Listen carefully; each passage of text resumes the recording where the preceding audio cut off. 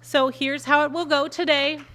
We're going to have our three speakers. Dr. Kalpana Hool will speak first, followed by Dr. David Chan, then Dr. Thyra Endicott.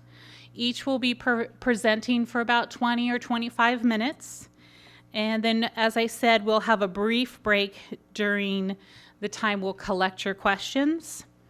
And then our panel is going to go over there and hopefully answer all of your questions. So without further ado, I'm going to introduce Dr. Kalpana Hool.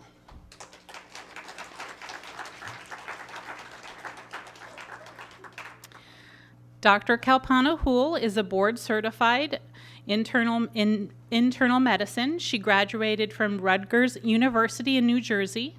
Dr. Hool went on to obtain her medical degree at Robert Wood Johnson Medical School. She completed her internship and residency at UCLA Olive View Medical Center. After her residency, she went on to do her CANAMR fellowship at the UCLA main campus. And during her fellowship, she obtained advanced training in internal medicine and women's health. She practices general internal medicine here in the South Bay area, yay. She cares for patients with multiple and chronic conditions to help them improve their health and well-being. In her spare time, Dr. Hool enjoys traveling, exercising, and spending time with her family.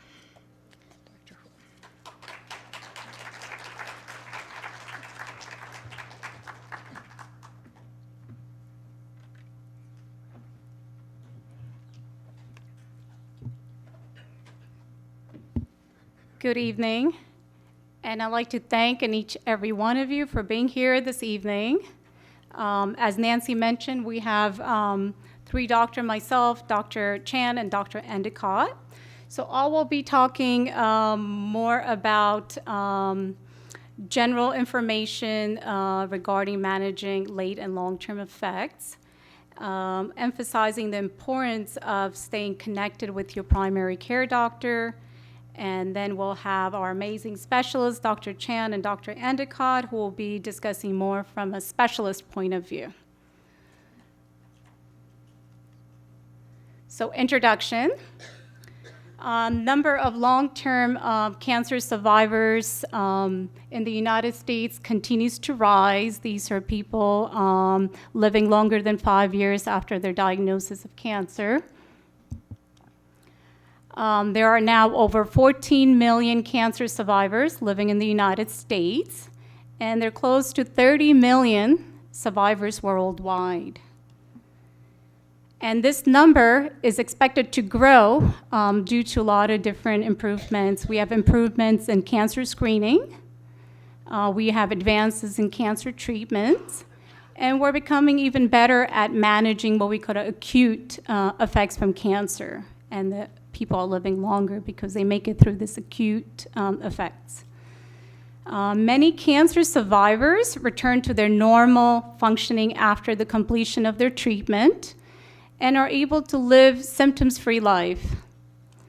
As cancer survivors are living longer and longer, we are becoming more aware of these late and long-term effects from having had the cancer treatment. Cancer treatment can result in a wide range of what we call psychological or physical effects. These effects are termed late and long-term. What I mean by late-term effects are effects that we will see even months to years after cancer treatment is over. So this is a time that most of you may be following up with your primary care doctor, so it's kind of important to stay connected with them. Long-term effects are effects that's going to rise during your cancer treatment, and it can persist. It can persist for months or even years after cancer treatment has ended. So basically, when somebody is diagnosed with cancer, there are three main types of cancer treatment. We have chemotherapy, radiation, and surgery. So when we're talking about effects from chemotherapy, Chemotherapy is generally given, we call it systematically. So you get it either as taking a tablet or you get it as an IV infusion. So any medications given in this mode may have effect anywhere in your body from head to toe, where radiation and surgery, as used as a treatment, will cause more of a localized effects. So if a radiation given to the chest wall will cause effects, to the organs around the chest area, which is your heart and your lungs. And surgery also causes a localized effects. We categorize these effects into two main categories. We call it psychological effects, which has to do with our emotions, our feelings, and physical effects. Physical effects are effects that's going to affect some area within your body, brain, lungs, heart. We'll go over some examples in a minute. So first, we will talk about psychological effects. As I mentioned, emotions. It has to do with your emotions. Depression and anxiety being the most common emotions we will probably see as one of the long-term or late effects of treatment. What are some of the symptoms a patient may come in with? A patient may start showing little interest or pleasure in doing things they used to do. So sometimes a patient may say, Dr. Hool, I used to love going to the movies with my friends, but I just don't feel like doing that anymore. Or I used to be part of a bowling team, used to bowl every Wednesday, but I haven't done that. So, if you start losing interest, you need to start thinking about, are we feeling some of this? Sometimes we may feel down, depressed, or hopeless. When somebody feels hopeless, that's a very worrisome sign. You need to talk to your doctor right away if you start feeling hopeless. We may ask, do you feel nervous?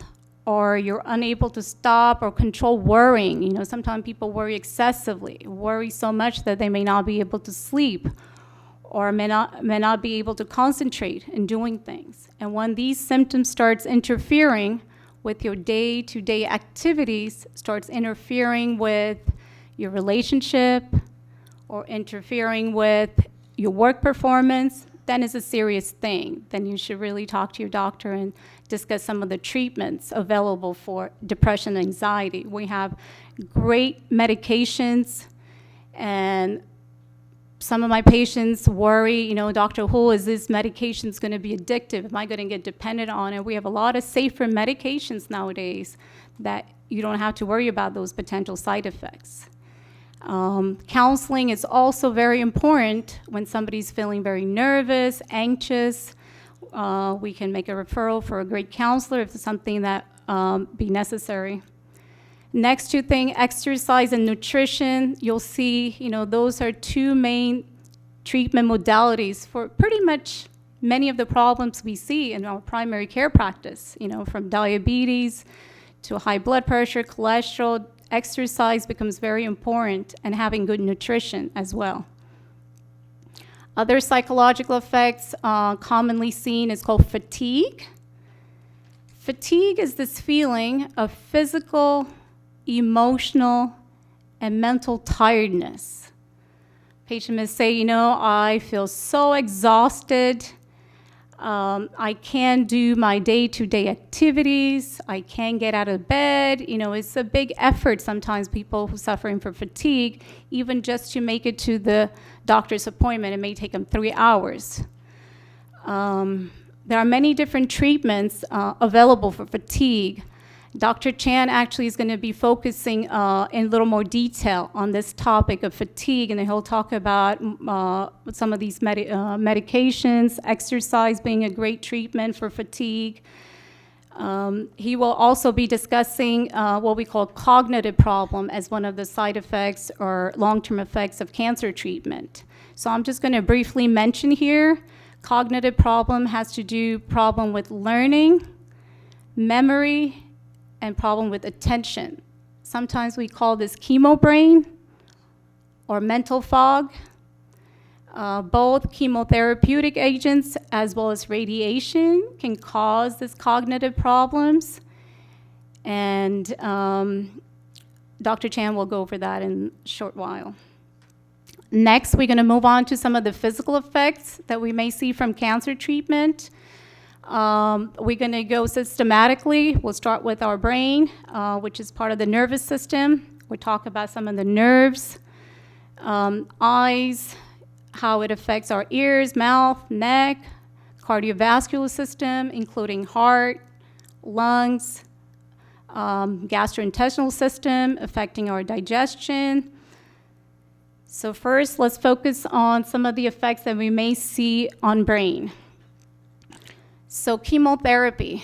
There are many different chemotherapy that can lead to long-term effect, methotrexate being the most common one. Methotrexate has been used in treatment of different kinds of cancers, some of the leukemia, also used for non-Hodgkin's lymphoma.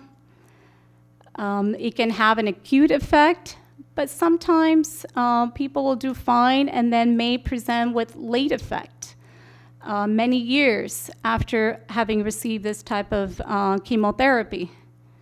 What are some of the symptoms that you may have? Patient may just have mild learning problem. You know, they're having a hard time understanding new concepts. But sometimes it may go on to having what we call progressive and more advanced dementia. We have a great screening tools we use in our office where somebody's who having a memory problem and we're not sure whether this memory problem is something serious or just the regular memory loss that we all have now and then. And if we do find there is a serious memory problem, we do have medications that can be offered to that person.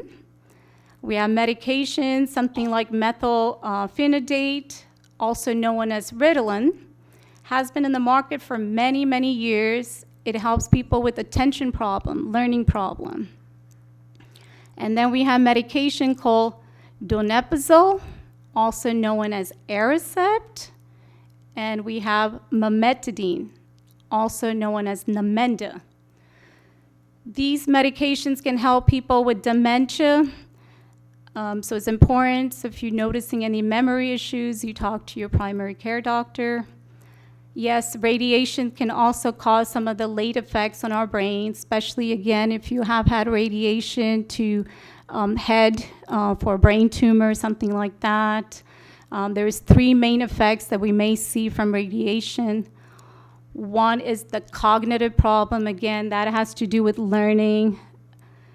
We may see a patient who have had radiation to their brain may have a higher risk for having stroke as they're getting older, and is an added risk, especially if they already have high blood pressure, if they have diabetes, and they have had received radiation to the brain. We have to be a little bit more proactive in helping these patients with stroke prevention. And the third effect I mentioned here, which is rare, but it can happen, something called migraine-like headache syndrome. People can have headaches, which presents with, let's say a person may have a headache, and all of a sudden they feel a little arm weakness, which is usually temporary, so they may feel like they're having a stroke. But as their headache gets better, their weakness gets better. So these are called stroke-like migraine attacks that can be seen after radiation therapy. Next, I'm going to be focusing on what we call peripheral nervous system, and then very common effect we see is called peripheral neuropathy, which has to do with our nerves. And there are many different kinds of chemotherapy that can lead to this. You know, I basically categorize that into the platinum-based chemotherapy, and then we have taxane-based, and then we have vinca-based chemotherapy. And these are therapy agents used for treatment of many different kinds of cancer. Like cisplatin is used for bladder cancer, ovarian cancer, and some of the testicular cancers. Carboplatin, which is used for ovarian cancer, can show up maybe 10, even 17 years later, causing person to have what we call peripheral neuropathy. And there are other families of chemotherapy like taxanes. You may know about paclitaxel, which is used for breast, lung, and some of the ovarian cancers. We have docetaxel, which is used for breast cancer, prostate, and head and neck cancer. Under Vinca families of chemotherapy medications, we have vincristine, used for Hodgkin's and non-Hodgkin's lymphoma. All of these can have late effects on the nerves. So what are the symptoms a person may feel when they're having nerve problem?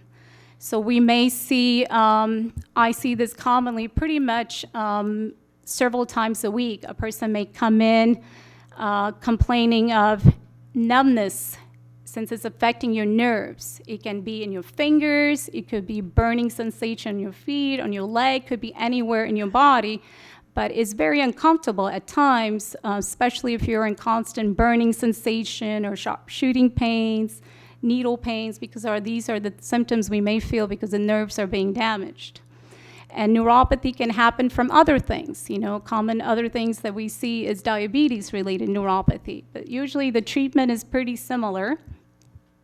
We have a lot of data that shows people who have had what we call chemotherapy-related neuropathy. There's a medication called duloxetine, also known as Cymbalta, can help with nerve pain. This medication initially came out as a treatment of depression and anxiety, so we sometimes use it for those indications as well.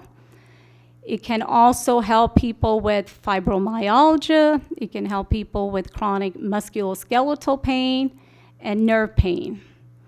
If duloxetine doesn't seem to be effective, then we have something called gabapentin. That's another type of medication, also very effective in treatment of many different types of nerve pains, also known as Neurontin. If those medications don't help, we sometimes prescribe opioids. Opioids are our main pain medication. Hydrocodone, oxycodone, any of those can definitely help. And there are some small case studies that are looking at the use of topical menthol as a topical treatment for nerve pain. And they're having an active research going on right now to learn more about how it can help over time. So we should have some information down the road on that. Next, I'm just going to go down the system here.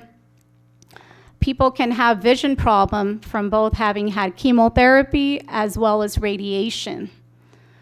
Chemotherapy agents, especially the one that have used steroid medications, people can get something called cataract, which is causing blurry visions years down the road. Treatment for cataracts is very simple. You just get a surgery, and sometimes the ophthalmologist will put in a prosthetic lens to help you see better. As far as the effects on the ears, both chemotherapy as well as radiation, again, if the radiation is given to that area, you can get hearing loss.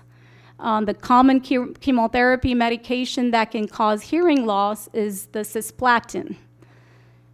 Treatment is getting your hearing evaluated. In some cases, a hearing aid may help patient hear better. Oral and dental problems, very, very common from both chemotherapy as well as radiation. It can lead to tooth decay and other dental problem, gum disease. Radiation, especially to our head and neck area, can cause a severe long-term effect of what we call dry mouth. Sometimes patients have terrible dry mouth, and it's very challenging to help them with it. These are different treatments. I have patients carry like a bottle of water, like most of you have, and have them take a sip of water to moisturize their mouth. Acidic and bitter substances can promote saliva flow. So sometimes we recommend that they suck on lemon drops, sugar-free candies, chewing sugarless gum. All these can stimulate saliva flow in your mouth. Why do I say sugar-free, sugarless? That's because, as we know, anything that has sugar is actually going to cause more cavities and tooth decay. So you want to try to avoid things that have a lot of sugar in it. If these methods don't work, then we can recommend something called artificial saliva, biotin being the most common. It provides moisture in your mouth. And if all that fails, we do have a few medications. I have one patient taking pilocarpine right now to help them stimulate some more natural saliva flow. And sevimilene is the other one. But again, when you take medications, not only are you going to have benefits, sometimes you're going to have side effects. There are some serious side effects related to these medications. So obviously, if you're suffering from a severe dry mouth, you may want to set up an appointment with your doctor and discuss whether the side effects and the benefits can be in your favor. Next, I'm going to talk about some of the effects that we may see on the neck. So most important organ in our neck is we call the thyroid gland. Some of you may know that. This is a very important gland that makes the hormone called thyroid hormone, and it has multiple different effects on our body. So it has to be monitored closely, and it has to be leveled. So both chemotherapy and radiation, especially radiation in the neck area, can lead to thyroid problem. So some of the chemotherapy agents that affect our thyroid gland include tyrosine kinase inhibitors, which are the sunitinib and sorafenib and imatinib. These are used for renal cell, or we call the kidney cancers, also used in liver cancer treatment, some of the gastrointestinal tumors, and some leukemia. These agents can go on to causing something called hypothyroidism, which could be easily screened by a simple blood test. And radiation to head and neck not only can cause your thyroid to be low, but it can make it high. We call it hyperthyroid. It can cause thyroid nodules or even thyroid cancer. So we need to watch out for these effects. Treatments are pretty straightforward. We have different medications are used very effectively. So if your thyroid is low, we give something called Synthroid or levothyroxine. These medications increase the amount of thyroid, and we try to balance it so a person feels well with these medications. And if it's too high, we have medications that lower the thyroid hormone in the body. And the two main medications used for this is called methimazole and PTU. And if somebody has late effects of thyroid cancer, then we may most commonly refer them for surgery. Surgery is the main treatment for thyroid cancer. Next, I'm going to mention some common effects on the heart. So there are a lot of chemotherapeutic agents can cause long-term or late effects on the heart. Most of these are called anthracycline family, doxorubicin, used for breast, bladder cancers, lymphoma. We have epirubicin, also used in some breast cancer treatment, and daunorubicin, used in leukemia. We have non-anthracycline families of chemotherapy, and the most common where causes heart problem later is called HER2-targeted therapies, trastuzumab, and taxane families can also do that. And some of these heart failure, if you find it, catch it early, there are medications that can help prevent it or progress further. Radiation, again, to the area near the heart. Sometimes women may be treated with radiation, especially if they have a left-sided breast cancer. People with non-Hodgkin's lymphoma sometimes will have radiation to their chest. Radiations can have wide variety of effects that we may see.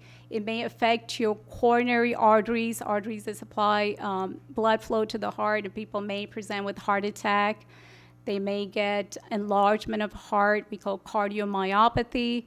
And if your cardiomyopathy progresses and it's not well treated, then people may go on to getting heart failure, congestive heart failure.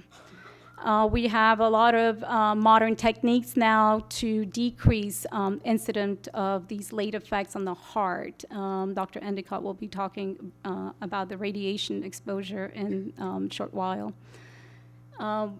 Again, if you have had one of these type of chemotherapy to help you treat cancer, as well as if you have received radiation effect, that just increases your risk for having heart disease.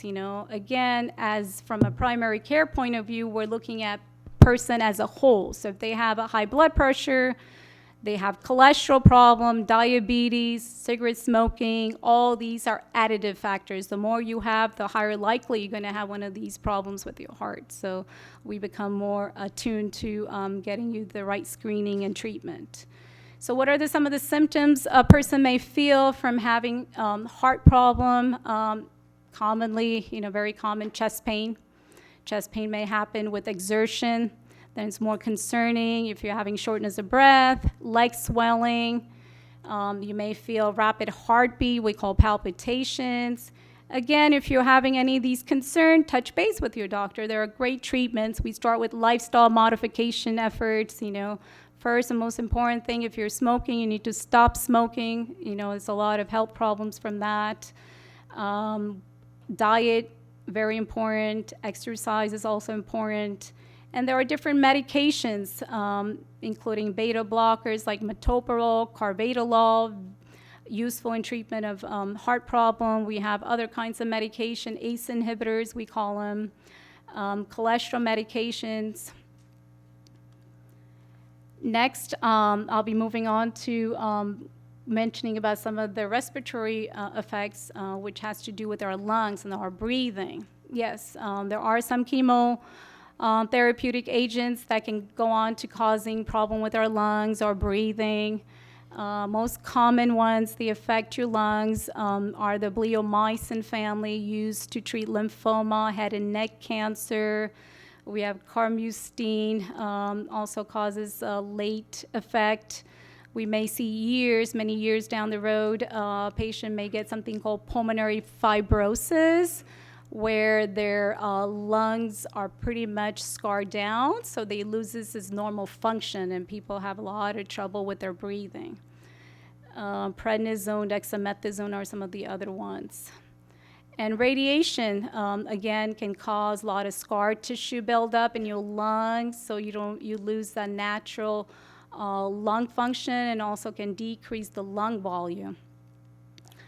Surgery, we didn't really talk too much, but again, if somebody has had lung cancer and they get part of their lung removed from surgery, they're going to have decreased lung volume, and they're going to feel short of breath. Some of the common symptoms you may have because of this is difficulty breathing, getting tired easily. You may have dry, hacking cough. So touch base with your doctor again. There are different treatments we can provide depending on which symptoms is most bothersome. Most of the time when your lungs have a lot of scarring in it, the main function of your lung is to provide oxygen. And we'll see, people's oxygen level will go down. Very simple test. They just measure your oxygen, then you may need oxygen treatment.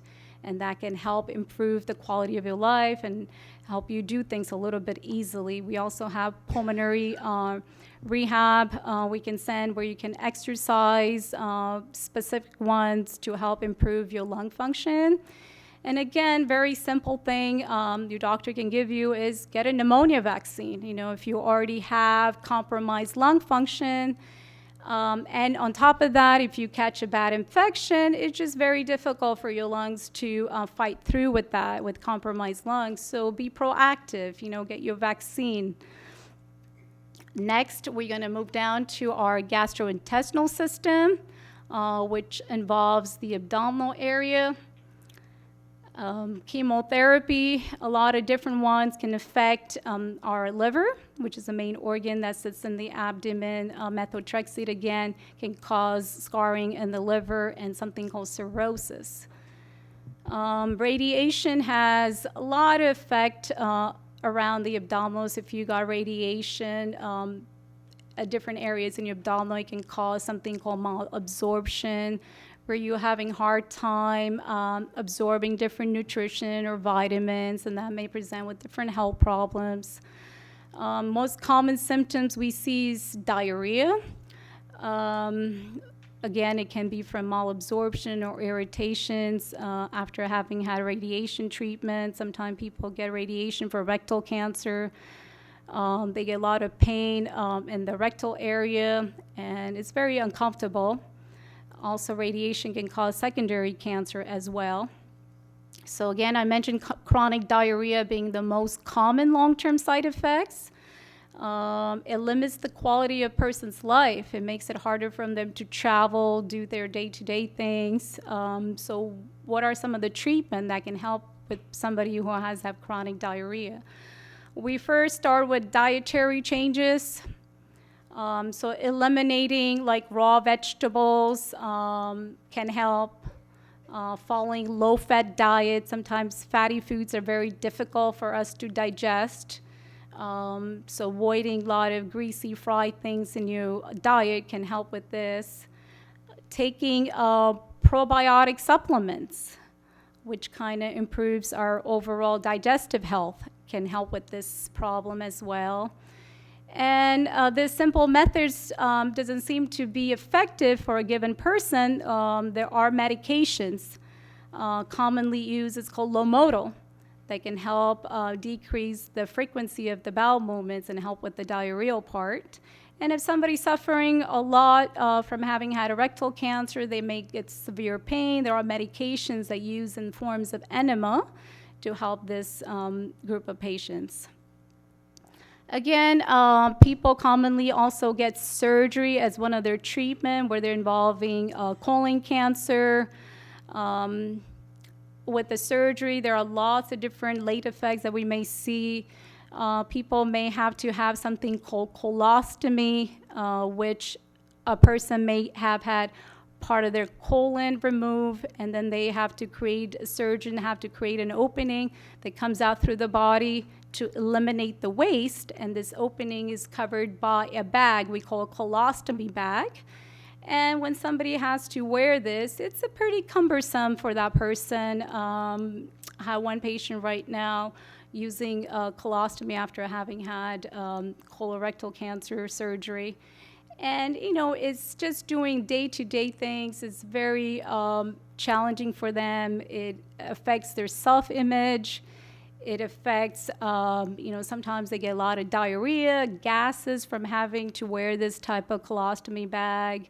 They just feel uncomfortable. Sometimes it can interfere with their physical activities. So providing a lot of supportive care is important. You know, we advise that they make some dietary changes. Avoiding things that produce a lot of gases can help, such as beans, cabbage, cauliflower, broccoli. Sometimes taking over-the-counter medications that have something called simethicone can help reduce the amount of gases in the body. Common products are like Beano or Gas-X. And then counseling becomes very important. So in the summary, I just want to mention that, there are many different late and long-term effects from cancer. I just briefly mentioned some of that. A lot of them, if you catch them early, you have a better outcome. Not everybody's going to have these late effects, and the late effects will depend on the type of treatment a person have had received, whether if it's a type of chemotherapy. Again, different chemotherapy triggers different effects later in your life. If you have had radiation, surgery, then there are late effects related to those things. Monitoring for these things are very, very essential. All cancer survivors should receive follow-up care after having had treatment and being monitored, and have your doctor help you manage some of these late effects. What is very helpful if a person has, keeps a track of their own treatment summary. I know we have our modern age of electronic medical records. We can send records, from a specialist to a primary care very quickly, but I've noticed in some cases, it's not as smooth transition. Sometimes patient may have their insurance changed, so they have to go see a new doctor. So it just makes it very easier if you have your information with you. So keep a track of this thing, keep a record of it. What surgery? It doesn't even have to do with chemotherapy, but also if you have had any major surgeries, you need to keep track of that so you can provide that information to your primary care doctor. And if you are having any unusual symptoms all of a sudden, you're just having trouble breathing or you're getting unusual headaches, contact your doctor, follow up as soon as you can. And the last and most important thing is having that regular annual checkup. Very important. A lot of times we all get busy, especially if we're feeling fine. But it's good. It's good to have that once a year checkup with your doctor where they can do a general physical. If you have any thyroid lumps, they'll be able to catch it early. They can run a screening blood test, including your thyroid level, your blood count, liver panel. If there is a problem, we detect it early. Early detection leads to better outcome. So make sure we make that follow-up. And, thank you so much for your attention. And as Nancy mentioned, if you do have questions, please jot them down on a card, and we'll be answering that after all three speakers have finished. Thank you. Thank you, Dr. Hool. I just wanted to just let you know that I'm going to make a slight revision on what I said. We won't be collecting the cards in between each doctor. We're going to go ahead and collect the card at the very end of the speakers. So if you have a question that you want to direct towards Dr. Hool, please just write either Dr. Hool or future Dr. Chan, Dr. Endicott next to the question that you have so we can sort through them and direct the question to the correct doctor. So thank you for that. Tonight, we also have Dr. David Chan. And Dr. Chan graduated from medical school and completed his residency in internal medicine at UCLA, where he spent a year teaching before moving on to Stanford to train in oncology. Dr. Chan is a long-standing instructor at the Revlon UCLA Breast Center and has trained numerous medical students and oncologists in breast cancer treatments. Hello, and thanks for coming, and I see a lot of familiar faces, so thanks for putting up with more talking from me.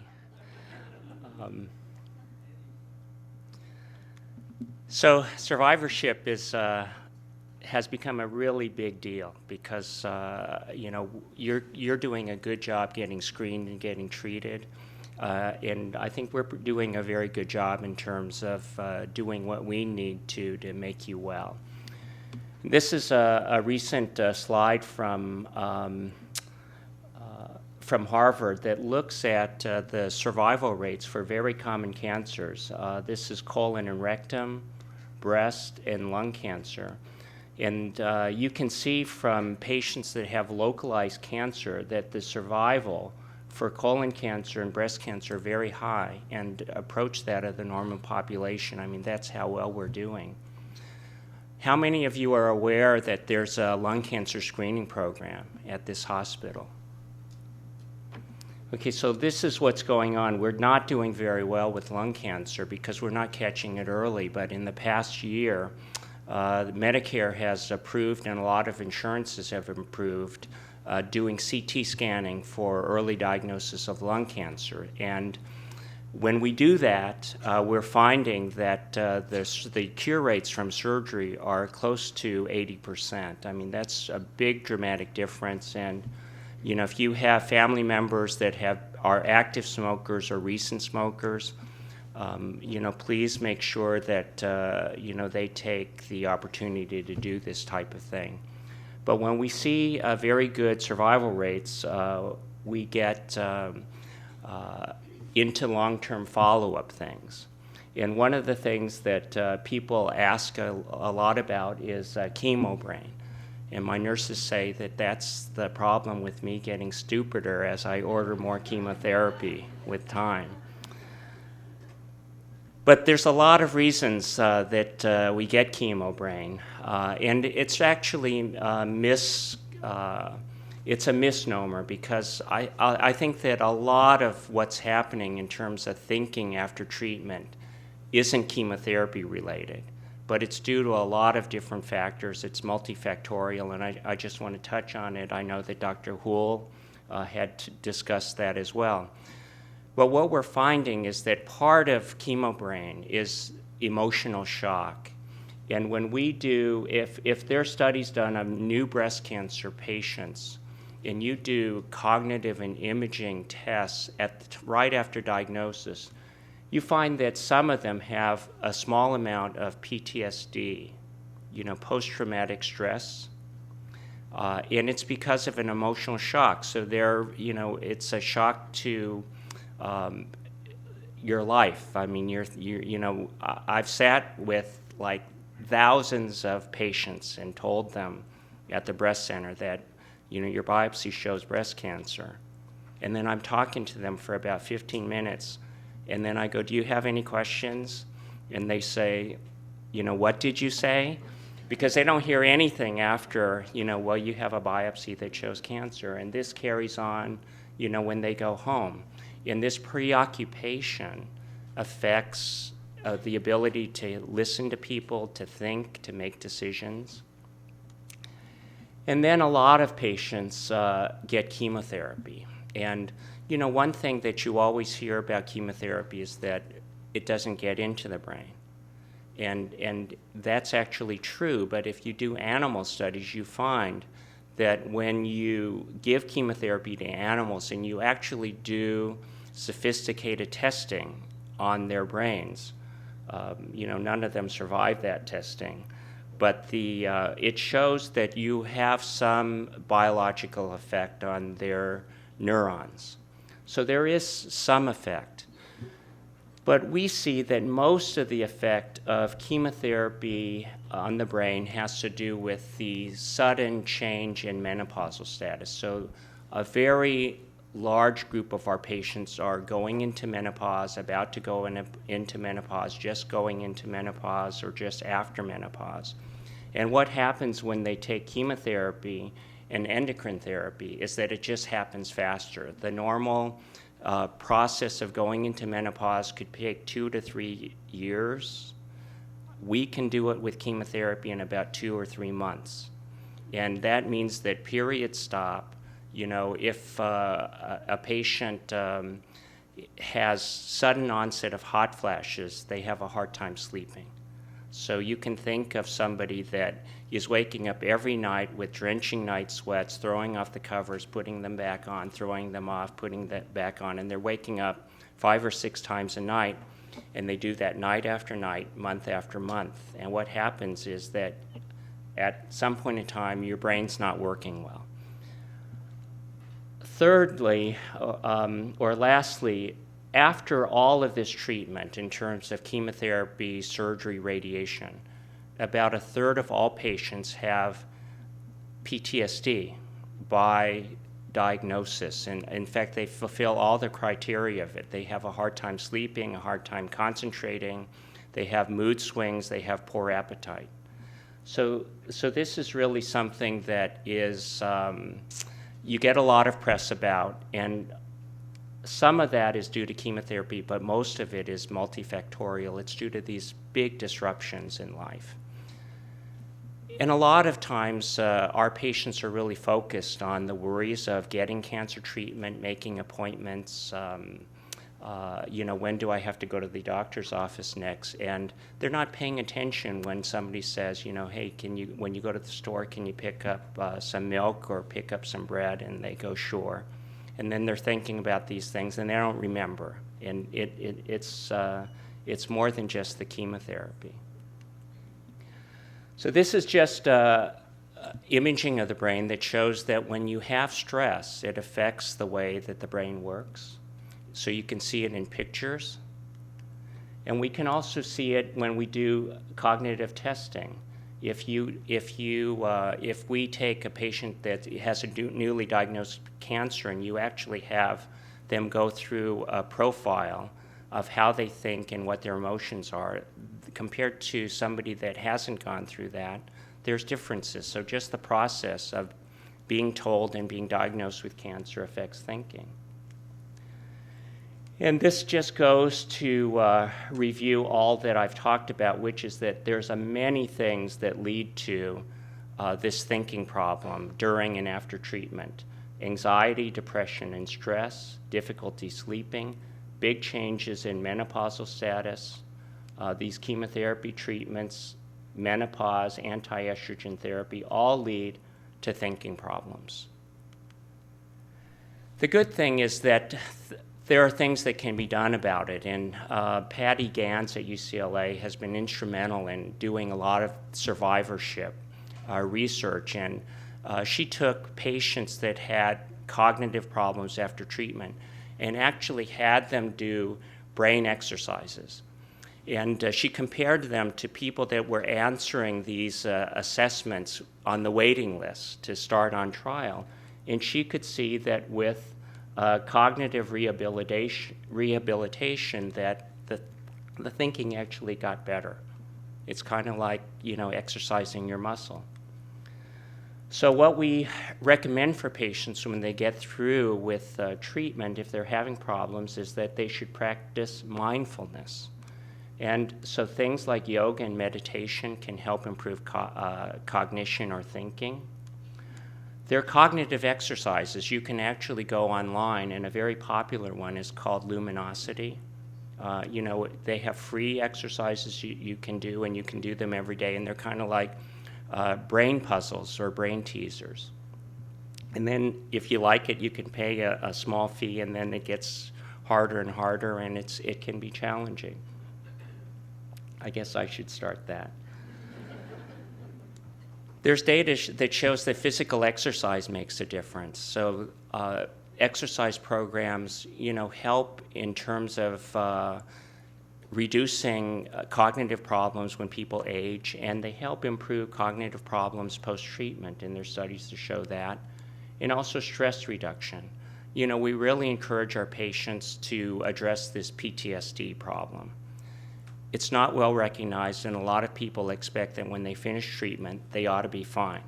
And that means that, you go back to doing what you used to do. You go to work, you take care of the kids, or you take care of your friend or your family member, and life is just like it was before cancer, but it's not, because, you're a different person when you go through treatment than you were before treatment. So, stress reduction with support groups or individual counseling clearly help, and PTSD is a very treatable condition. And if a third of our patients have it, as care providers, we've got to recognize that. We've got to refer our patients to support groups or individual counseling, and cognitive therapy works.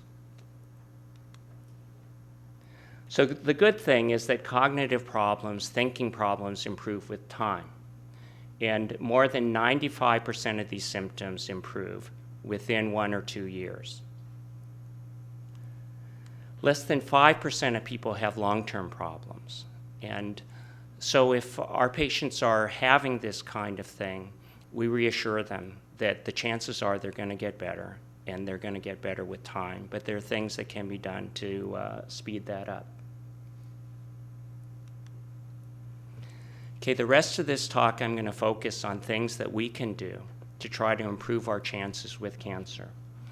And I think that one of the things that's really unrecognized by patients and families and some caregivers is that we can really make a difference by changing our lifestyle in terms of reducing cancer recurrence risk, our chances of getting cancer, and improve our chances of being cured with cancer. And I think that you're going to be pretty surprised that some of these lifestyle changes are going to have as big an effect as taking chemotherapy to cure cancer. So there are 4 things here that are really important, and I'm going to kind of go through them one by one. But the first one is optimal weight management. And what that means is that people that are overweight and people that are obese have a higher chance of getting cancer. And when they get cancer, they have a higher chance of not surviving their cancer. Now, why is that?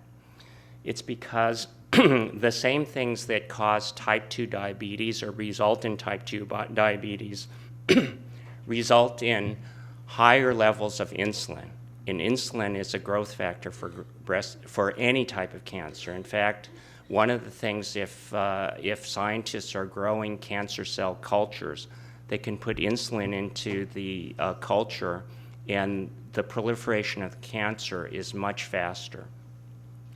So a lot of the weight issue has to do with insulin, and the same things that we can do to lower type 2 diabetes risk, we can lower cancer risk. And we are, in this country, the most obese country in the world until this year, when Mexico has surpassed us. And a lot of this has to do with our lifestyle in terms of what we eat, how we eat, how much we eat, and what we do when we're not eating, which is not a lot of anything. So the second part of this is physical exercise. And when we exercise and do cardio and we build muscle, we increase our metabolic rate. And as we do that, we lose weight, and we also lower our insulin levels. There may be benefit to taking aspirin, and there may be a benefit to taking vitamin D, and I'll review that data for you. But I'm going to show you that taking multivitamins and supplements probably isn't helpful and may be harmful. So we'll kind of go through these step by step. So in terms of weight management, there are relative risk increases from being overweight for a lot of different cancers. So colon cancer in men and women, breast cancer, uterine cancer, cancers of the kidney, cancers of the esophagus. As we get heavier, we get increased rates of these cancers. And that's very clear. I mean, study after study shows this, and we've known about this for decades. We can show that weight loss will reduce cancer risk. So there was a study from Sweden where they did gastric bypass surgery, and they found that those patients that had a gastric bypass surgery, when they followed them long term, they had 42% less cancer. In Utah, there was a similar study that showed 24% less cancer. We're going to be talking a lot about the Nurses' Health Study. This is really a great study that's been going on for decades of nurses nationally that have contributed to this database that's collected at Harvard. And they look at everything. The nurses fill out a questionnaire, they submit a blood specimen, they weigh themselves, they report what their medical illnesses are, what medicines they're on, what medical problems are. And a lot of data is gleaned over decades from this. And they showed that if you can lose 22 pounds, you're going to reduce your lifetime risk of breast cancer by 57%. And similarly, there was an Iowa women's study that showed that a 20-pound weight loss reduced breast cancer by 19%. So you're saying, well, why is it 42, 24, 57, 19? I mean, part of it is a numbers game, in that the more subjects you have in a study, the more accurate the number is. But regardless, every one of these studies show a trend to less cancer with lower weight. So, diet is a factor. This is a study for the development of colon cancer risk. And it has to do with an increasing risk of cancer with a Western diet as opposed to what they call a prudent diet. And I think that, we kind of have a pretty good idea of what a Western diet is, which is a high-fat, high-carb, high-calorie diet. And a prudent diet is more like a Mediterranean diet, more nuts, less calories, more fruits, and more vegetables. And there's clearly a dietary risk that affects the chance of getting cancer. And a lot of patients mistake this kind of data, which shows that the glycemic load is important. And by glycemic load, we're not talking about eating sugars. Okay, we're talking about the amount of simple carbs. And so we're not talking about eating a Snickers bar. We're talking about eating lots of rice, lots of bread, lots of potatoes, which have a high amount of simple sugar in it, and it creates a very rapid rise in insulin, a rapid rise in blood sugar, your insulin chases it, the blood sugar is driven down, and you're hungry right away and you're eating more. So a lot of the sugar issue has to do with eating foods that make people hungrier, and it's a caloric issue and it's an obesity issue. It's not eating a piece of candy. So, you know, in terms of exercise, what's the data for exercise? It's actually pretty good as well. There's an Australian study that showed that women who exercise have a 20 to 30% lower risk of getting breast cancer. 3 other Australian studies showed that women that had breast cancer that exercise lowered their risk of relapse by 40 to 64%. You know, that's not in terms of absolute numbers, but relative. In other words, let's just say that number is 50%. If you have a 10% recurrence risk, you exercise, you lower it to 5%. But these are important numbers. And these numbers are better than we do when we give chemotherapy. There's an analysis from Yale of the Women's Health Initiative that showed that exercise improved breast cancer survival by 39%. Again, these are bigger numbers than taking chemotherapy, so we can do a lot by lifestyle to improve our chances. Going back to the Harvard Nurses Health Study, the more exercise you do, the better. So there's something called MET, which is a metabolic equivalent for exercise. So the harder the exercise, the more metabolically stressful, the more beneficial. So this shows that the more you exercise per week, the lower chance you have of breast cancer coming back, the lower chance you have of dying from breast cancer, and the lower chance you have of dying from anything. So the more exercise, you can see here the METs are less than 3, 3 to 8.9, 9 to 14. The more exercise, the better you do. You can look at the same data for colon cancer. These are METs, and the higher the MET number, the more exercise that's done per week, the lower the recurrence risk of colon cancer. So if you go back to that first slide I showed you, the big 3 cancers, colon, lung, and breast, I mean, this is data that's widely acknowledged to be accurate in terms of the benefit of lifestyle changes in terms of improving survival and reducing recurrence risk. So when patients come in to see us in the office, I mean, we really stress how important it is to try to lose weight, try to get exercise. We're going to talk about aspirin. And there's a lot of studies that look at aspirin not specifically from the standpoint of cancer, but for heart disease and stroke reduction. How many people take aspirin to reduce heart attacks and strokes? Yeah, a lot of people. And this is low-dose aspirin. And when you look at these studies and you tease out the cancer rates, every study shows some reduction in cancer risk in terms of getting cancer, or if you've had cancer and cancer recurrence. It's not a big effect, but it is an effect. So there's an analysis from Oxford of 51 studies that showed that people that took low-dose aspirin, which is the 81, we don't call it baby aspirin anymore because babies aren't supposed to take aspirin. So it reduces cancer risk by about 25%. The Harvard Nurses Health Study in 2010 showed that these nurses that were taking aspirin to reduce heart attacks and stroke risk, if they had breast cancer, it reduced their cancer relapse risk by 1/3 to 1/2. These studies are not prospective studies. In other words, we're not enrolling patients ahead of time and then seeing what happens, 15 years later. These are retrospective studies, so these kinds of studies are suggestive, but they're not proof. But if there's not a reason not to take aspirin, we're encouraging our patients to take it. The risks are, number one, some people can't take aspirin because they're allergic. Number two, aspirin can irritate the stomach, and we've had patients bleed with it or get ulcers.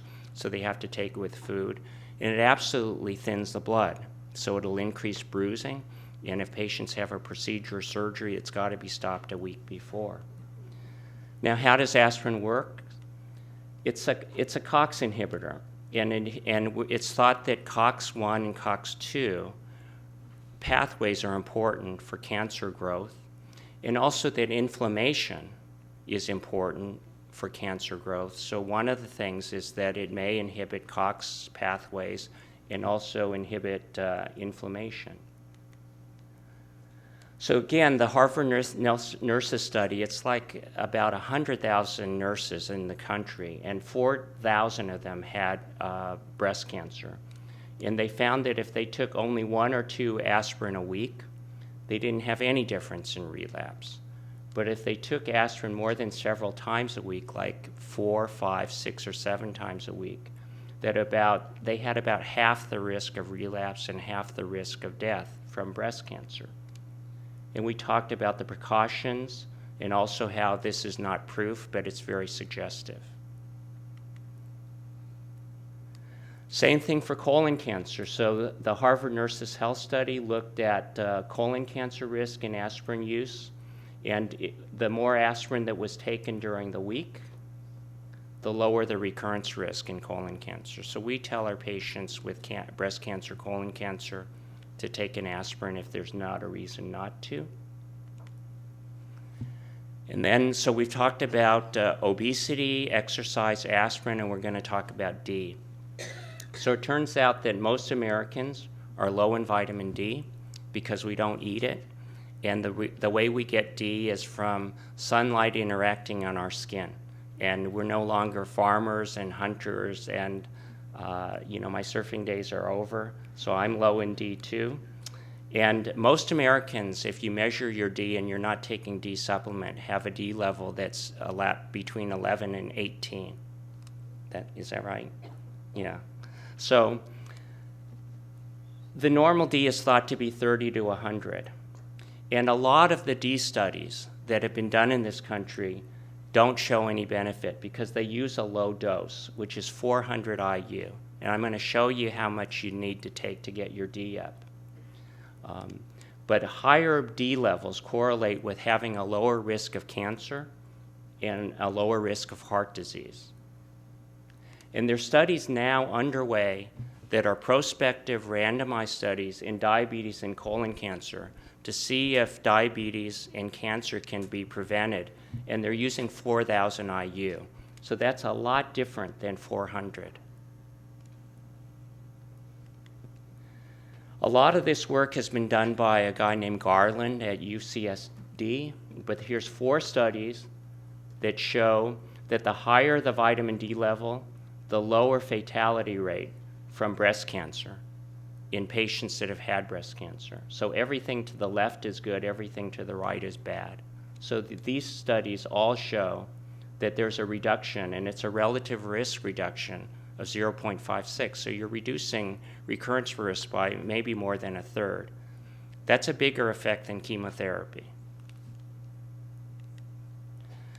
And this shows that as you increase the D level in the blood from 10 to 35, you reduce the risk of breast cancer recurrence. And this is a retrospective analysis again.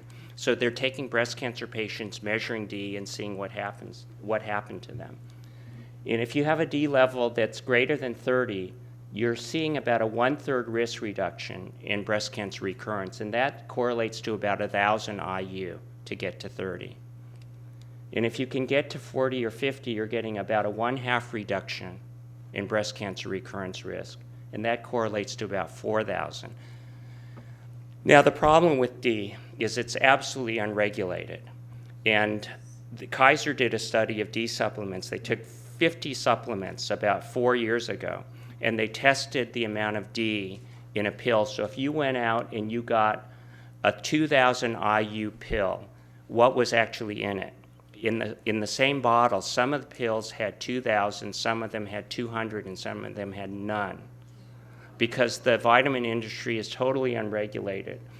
So what a lot of the vitamin companies have done is that they've tried to get USP certification, where actually the manufacturing process is looked at. So we try to tell our patients to take a USP certified vitamin. So I only know of two. One of them is Kirkland, which is the Costco brand, and the other is Nature Made. And if you look at the bottle, it has a USP and a circle around it. And that's probably a better way to start. But we are seeing patients that are on 2,000, 4,000, and every time we check their D, it's different. And I think part of the problem is that it's not a pharmaceutical, it's not regulated, and we just have to monitor this. Colorectal cancer, we're seeing the same thing. If you look at a meta-analysis of patients that have higher D levels, all of these studies show a lower recurrence risk. So breast and colon cancer. So I've talked about these lifestyle things in terms of exercise, exercise, obesity, lifestyle things. Everybody knows this. How good are we in terms of doing it? So this is a great study because this is the study of men, and these men are doctors. This is the Harvard Health Professionals study. This is the equivalent of the Nurses' Health Study. And Charlie Fuchs was one of the big lifestyle people at Harvard, and they decided that there were 6 things that these doctors could do. This was in the 70s. This was in the 1990s. So this included like a daily multivitamin, not being overweight, exercising more than 15 minutes a day, less than 15 grams of alcohol, non-smokers, red meat less than 2 times a week. And they did this study, and everybody said they would do it. And only 3.1% of these doctors could accomplish this. So this isn't easy stuff, but it's important not to beat yourself up over it if you can't do it. But there are certain goals to set for our patients when they get through treatment in terms of lifestyle that really can help in terms of improving health and improving survival. And, we really think it's important to get the word out. Okay, how many of you take a multivitamin? Okay, how many take a multivitamin that don't have macular degeneration? Okay, so I'm going to tell you not to take a multivitamin, and I'm going to go through some data to show you why. And there was a very good review written by an author in the New York Times last year. If you Google "don't take your vitamins," you can find it. And what they basically have done, and I think that a lot of doctors have known about this for a long time, but there's more and more data to show that there's potential problems with vitamins. So one of the things about the vitamin industry, as we talked about, is it's totally, I'm sorry, I'm running late. Do you want me to stop? So one of the things about the vitamin industry is that it's totally unregulated. So how many of you know that like a couple months ago, the state attorney general for New York put an injunction against 4 companies, and I think that they are GNC, Target, and Walmart and Walgreens, to stop selling supplements. Because when they went in to test it, they found that these supplements didn't have anything that was supposed to be in them, and a lot of them were full of fillers. So one of the problems is that when you're taking a vitamin, you don't have any clue what you're getting. But if you're getting a vitamin, it may not be good, because these are doctor studies. These are studies designed by physicians where the vitamins are made by the study. So we know what's in them. So starting in the 1990s, there was a study from Finland in smokers to try, because that was the big antioxidant craze, right? So vitamin E and beta carotene. And they let a computer pick smokers. Half of them got beta carotene, half of them got beta carotene and E, and the other half got none. And the people that got the stuff had an increased risk of getting lung cancer. This is in smokers. In 1996, there was another smoking study, vitamin A and beta-carotene, because they said, well, the E didn't work, so it's got to be the A. So again, these are pharmaceutical-grade supplements. The study group, the people that got the A and the beta-carotene, had more lung cancer. So they started really looking at this, and there's a Cochrane analysis that looked at 14 studies that are randomized. I mean, this means a computer picks, half of the people get it, the other half don't, and you look at the data. And they showed that these trials that looked at A, C, E, beta-carotene, and selenium, the people that took them had a higher death rate. In 2005, they looked at another 19 studies, 136,000 people, and showed that people that took vitamin E had a higher death rate. And another study in 2011 showed that they had a higher risk of prostate cancer. A couple of years ago, there was an Iowa women's study that showed that if you were over 55 and you took a multivitamin, you had a 17% chance greater of dying. And then just this month at the AACR meetings, there was a University of Colorado study of 300,000 people. I mean, they're really not patients, I mean, they're people. And it showed that those people that took vitamins had a higher risk of cancer, and in some of these studies it was about 20%. And the guy that was the author of the study said that this was, almost as bad as smoking. Okay, so why is that? Part of the problem, or part of the good thing, is that we're not iron deficient. None of us are starving. We're living in North America, Western Europe, industrialized parts of Asia, and we're not vitamin deficient. So we're taking things that are raising our vitamin levels. And vitamins aren't drugs, so that the more than, is not merrier. We're finding that maybe what we need is that we need some kind of antioxidant activity for T cell function. So our immune system has to work in a way to get rid of cancers. We've all heard this mutation hypothesis where we have mutations all the time. You get a certain number of mutations and you get cancer. And you get a cancer cell and our immune system takes it out. But maybe if we've got too much vitamins, we're not getting antioxidant effect, and that can't happen. And maybe vitamins are helpful for cancers to grow because the metabolic pathways are not that dissimilar. And just like we need vitamins, the cancer cells may as well.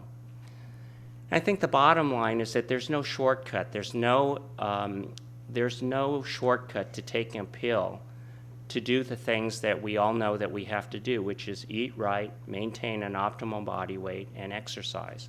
And whatever's good about eating broccoli or apples or oranges or tomatoes, they can't put it in a pill. So, I really, and a lot of people, don't think that taking a multivitamin is a good idea. And I asked Charlie Fuchs at the most recent Harvard meeting if he took a multivitamin. And he looked at me and he goes, "Are you crazy?" So, he doesn't do it either. So that's it, and thank you.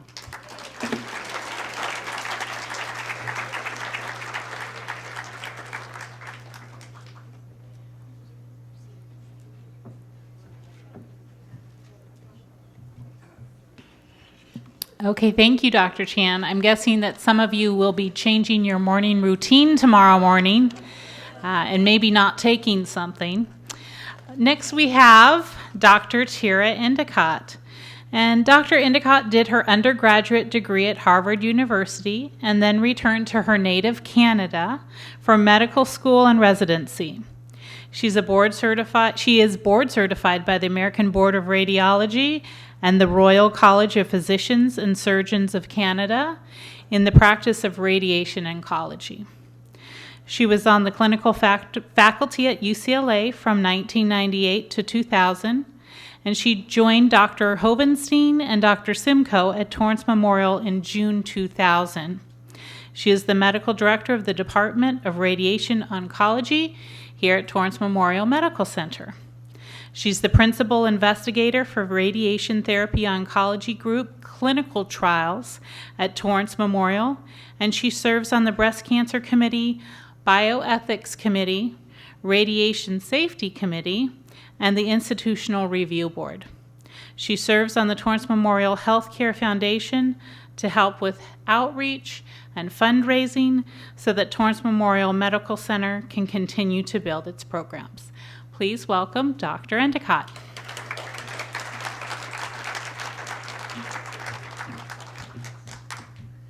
I'm an Apple person, so I just have to set up just for a second.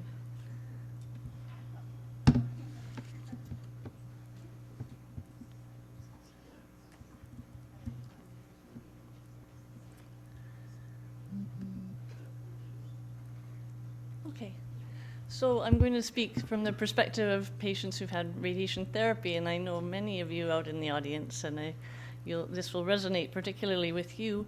But I think it pertains to sort of every aspect of cancer care as well.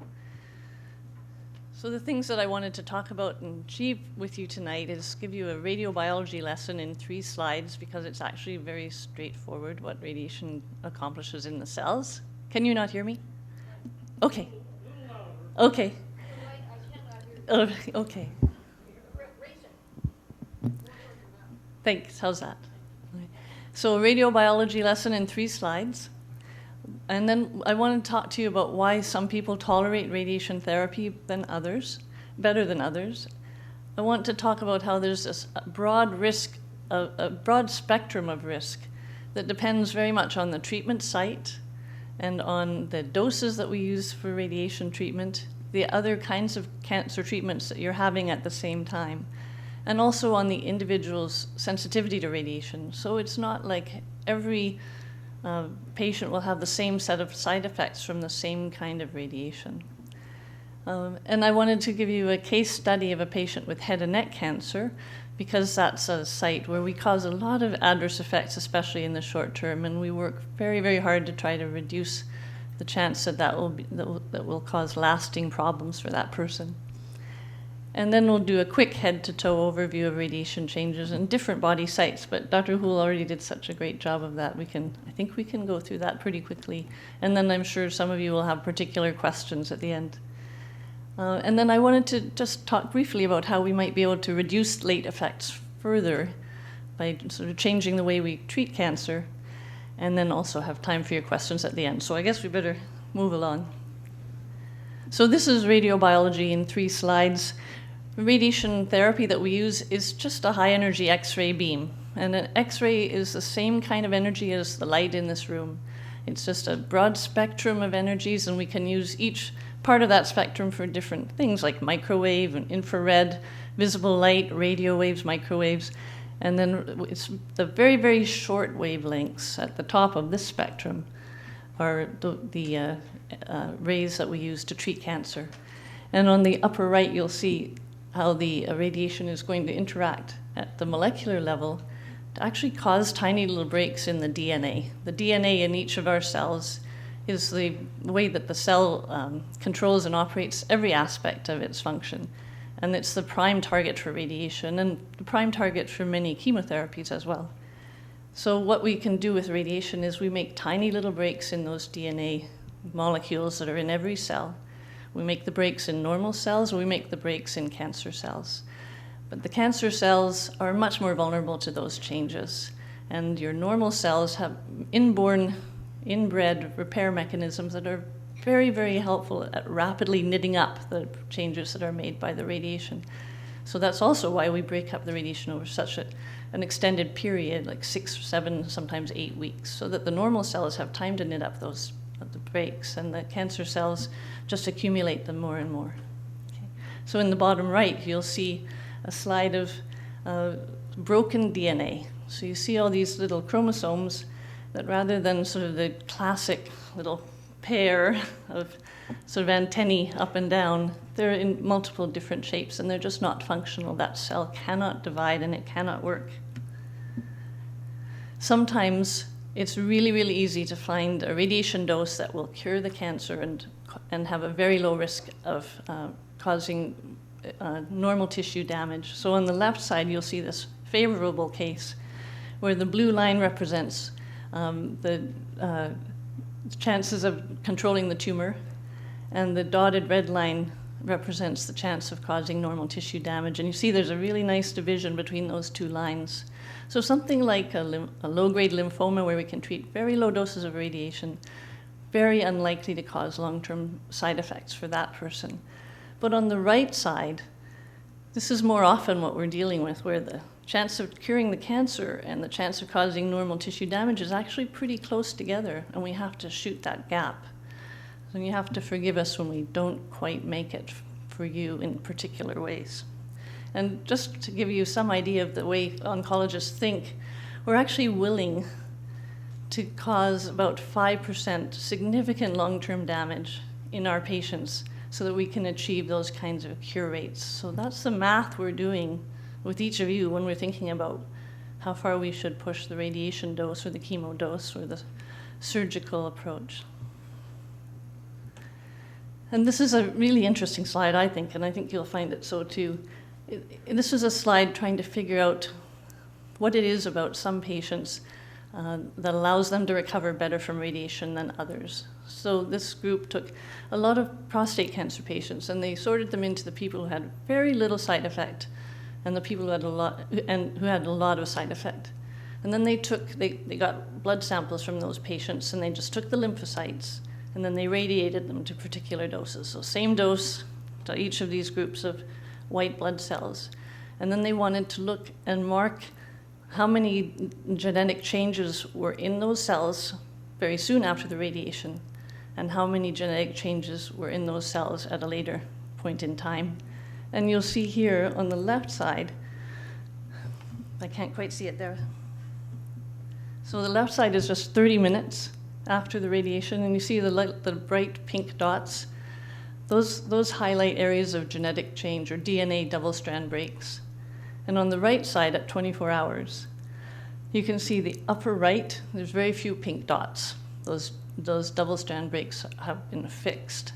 And on the bottom right, after 24 hours in the people who had more side effects, their double-strand breaks are still persistent, somewhat healed, but still there. So this is just one experiment, and obviously the point of doing these things is try to figure out, is there a test we can do ahead of time before we give radiation to somebody that will help us discern whether they're more likely to tolerate the radiation, or if maybe a different treatment would be better. So for a prostate cancer patient who's choosing between surgery and radiation, if we had a test like this, we could help them make that decision with a real predictor. But this is early days. So this is a case study of a patient who had a head and neck cancer that was quite bulky. And it started in the base of his tongue. I feel like Marco Rubio, I need some water. Okay.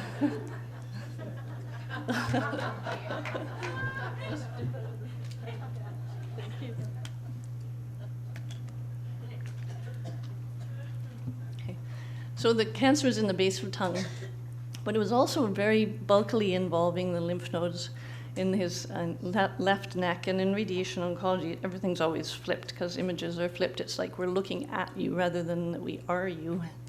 So you see these are cross sections in 3 different planes looking at the volume of his bulky lymph nodes here. And then you can also see here where the cancer was in the base of the tongue and then climbing up along the tonsillar bed. So this was his treatment plan that we delivered.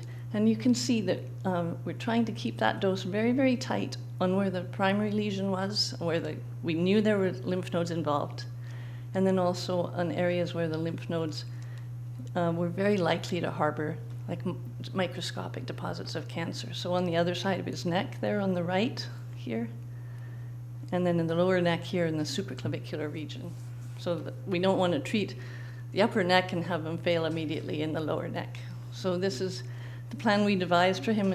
And you can see how we're trying very hard to spare that parotid gland. That's where you make most of the saliva, is in this this parotid gland right along the mandible. And we also want to spare the swallowing mechanism as well as we can. So we give this band of lesser radiation along the larynx and the pharynx. Okay, so this is what we do ahead of time to try to prevent the side effects in the long term.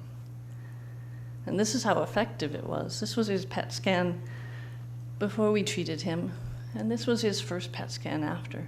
And this, yay, yes, absolutely excellent. We were very happy to see that. He also had chemotherapy at the same time. This wasn't just a radiation effect. We had to give him a double barrel treatment. So it's worth it. But then I also wanted to say, I'm sorry for the trouble that this gentleman is going to have over the course of the next few years. The number one side effect is the dryness in the mouth. And I can completely relate tonight with that. But you can see here, depending on dose, the salivary flow drops off very, very rapidly. So actually this way is dropping off, and then this is recovery. So if we can keep the dose lower, there's these small margins of benefit. Those are real people who will have less dryness in the mouth because we've made that effort. And then the other thing we can do is, the more conformal we get with the radiation, the less likely they are to have that side effect. So this is intensity modulated radiation versus the slightly more old-fashioned way of doing it, 3D conformal. So and this is out to 12 months, and the last slide, I think, was to 25 months. So this is a lasting side effect that we do our best to at least lessen, even though we can't get rid of it for you. And then this is almost the most important slide here, and I chose a really scary photo because I want you to remember this. If you've had radiation to the head and neck, you have to take care of your teeth. And Dr. Hool already mentioned this. But saliva is this critical function you never think about until you don't have it. But it's about 1 liter a day that washes your teeth constantly with an antibacterial. It keeps the pH balance right.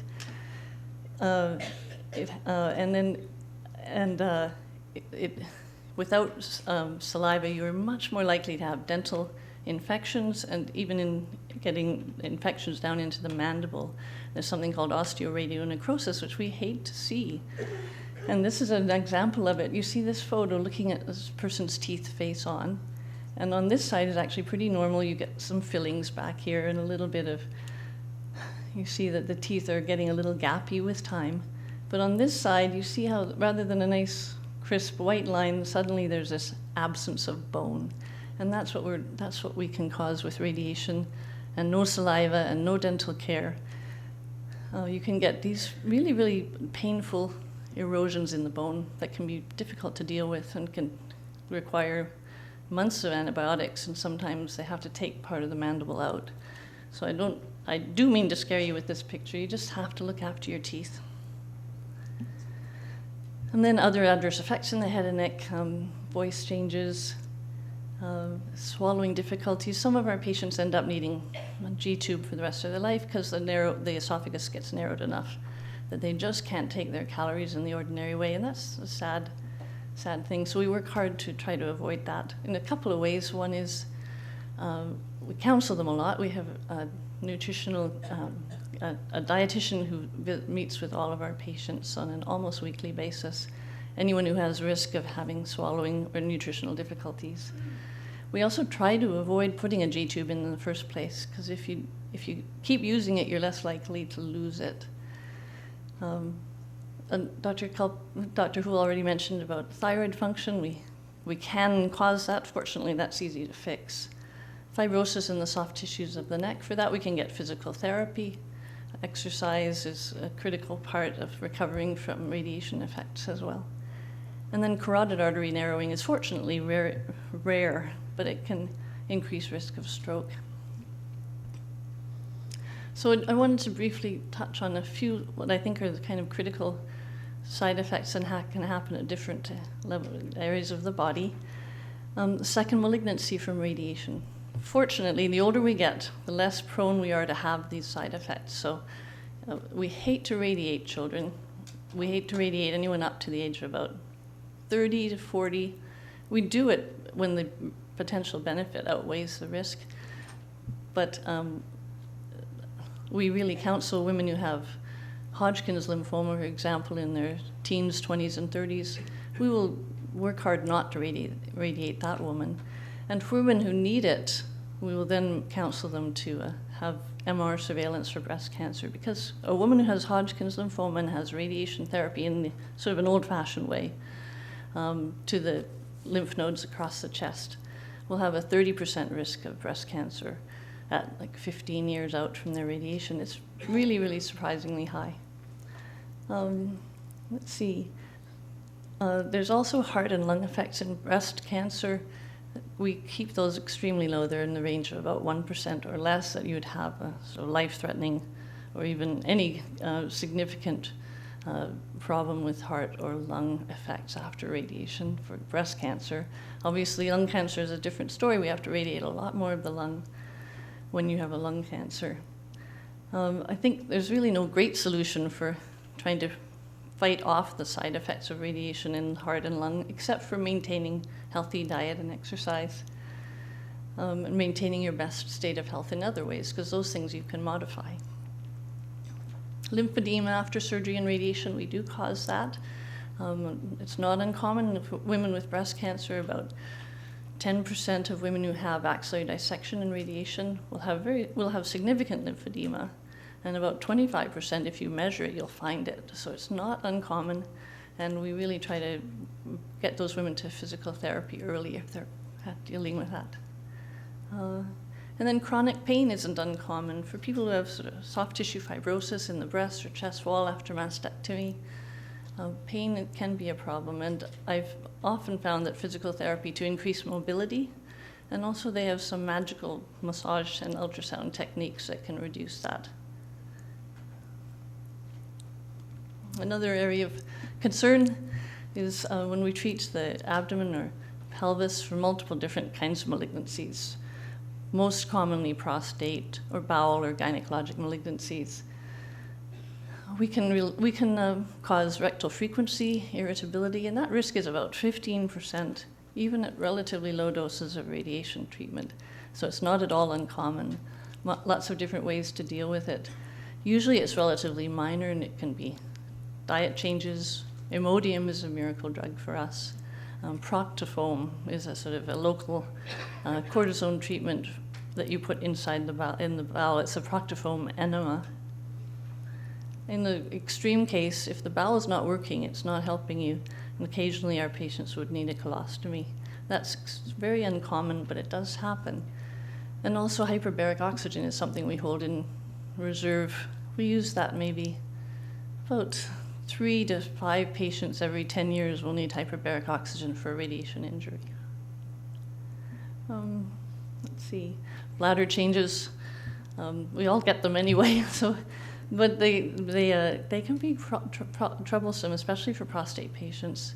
Flomax is another miracle drug. It's sort of as good as Imodium, but for slowing down the bladder, making it possible to sleep better, live better.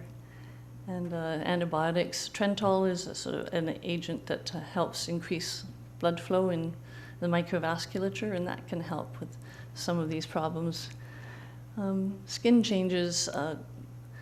Many of you have seen the sort of acute skin changes that women can get with breast cancer, or anyone can get around the head and neck, where it's very dark tan, peeling. You can have sometimes open, blistery radiation changes. And it doesn't really scare us too much. Our patients find it horrifying, but it usually turns around so quickly.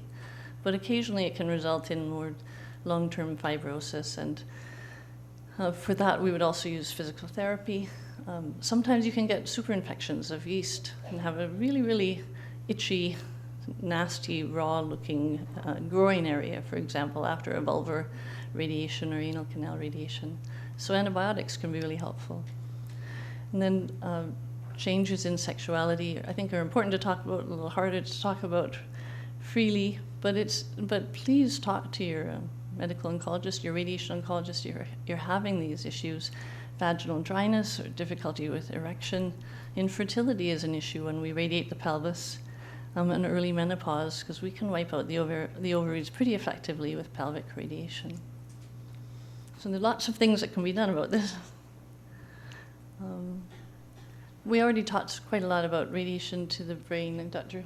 Hool mentioned it, and Dr. Chan as well. We try not to radiate the whole brain anymore. We use stereotactic radiosurgery, which is highly focal fields, as often as we can. And if we have to radiate a broader area of brain, we really try to keep the doses as low as we can.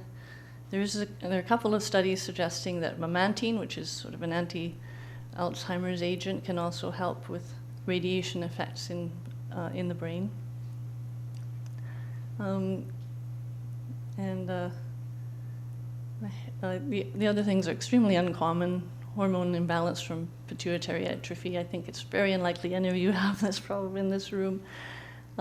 We try to spare the pituitary as well as we can. It's actually quite sensitive to radiation, like the thyroid gland is. So we work hard not to radiate it beyond a certain dose. And then hair loss is sometimes a persistent problem if we have to radiate around the tumor to the brain or to the upper head and neck. So you can have hair weaving. I've seen some women do a wonderful job with weaving to cover a bald spot. Wigs are hot and sticky and women hate them, but they are possible. And then there's the soft hat option too. Or a hairstyle change where you just bring the bangs to the other side. We've already talked a lot about psychosocial aspects of cancer, including this concept of post-traumatic stress disorder. It's a life-altering problem.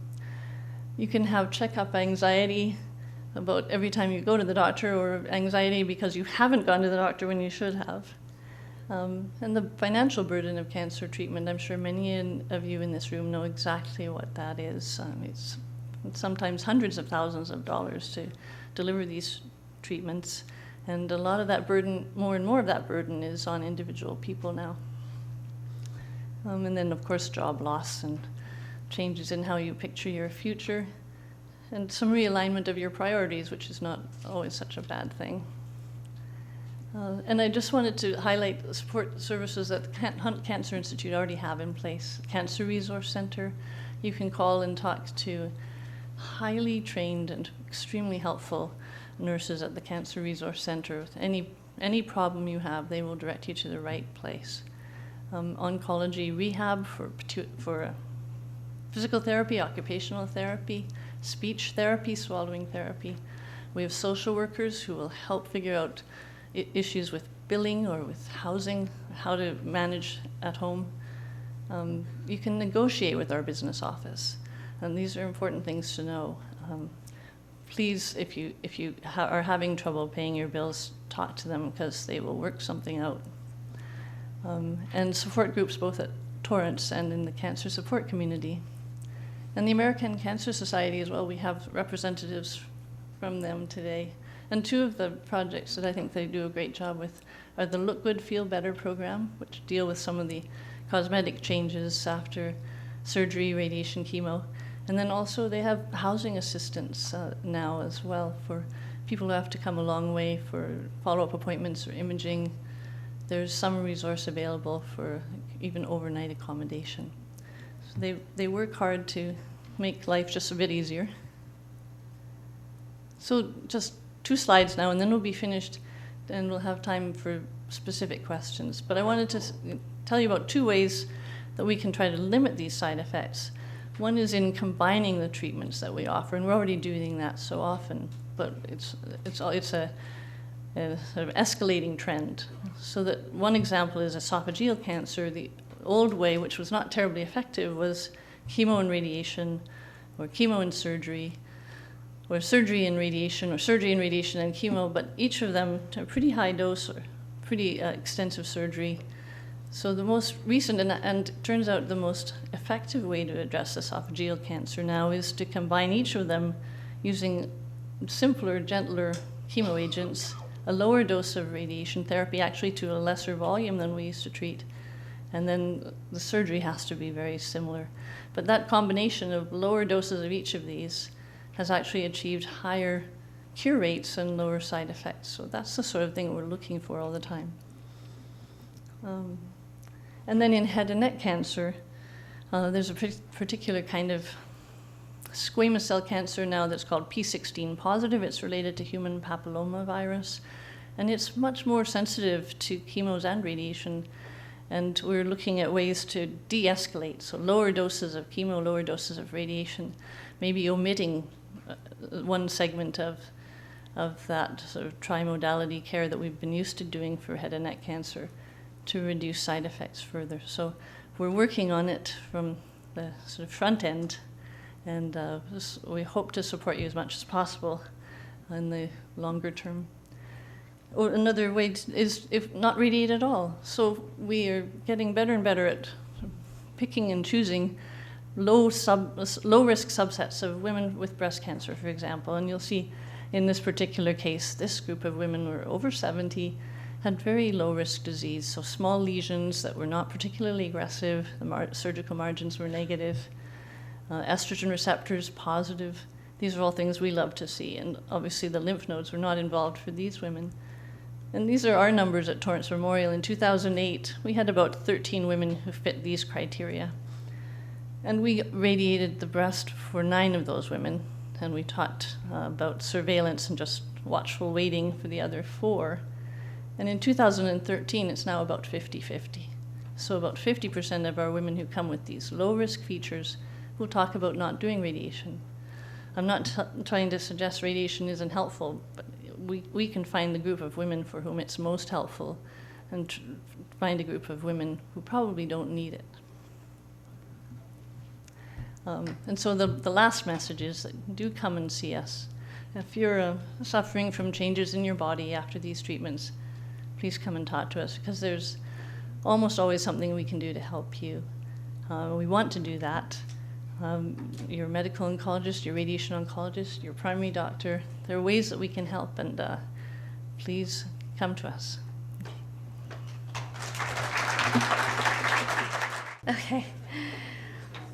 Does drinking alkaline water with high pH protect your teeth and bones?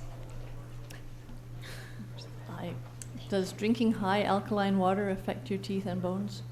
Yeah. I'm afraid I don't know the answer to that question. We'll have to see if other distinguished panel members know the answer.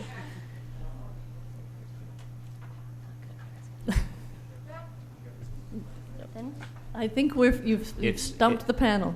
It Okay. actually doesn't do anything. It There just you go. it just changes the pH of your urine. It's a total waste of money, and those Perfect. places should be closed down. You know, your pH is 7.4. I mean, it's 7.4 no matter what you do, or you're really in trouble. So your lungs and your kidneys work really hard to make it 7.4. You can't drink anything that's not going to, you know, potentially kill you to change that. So the whole concept is something that should be abandoned. Dr. Chan, can you take too much vitamin D? Yeah, if your vitamin D level's too high, it causes problems, right? Correct.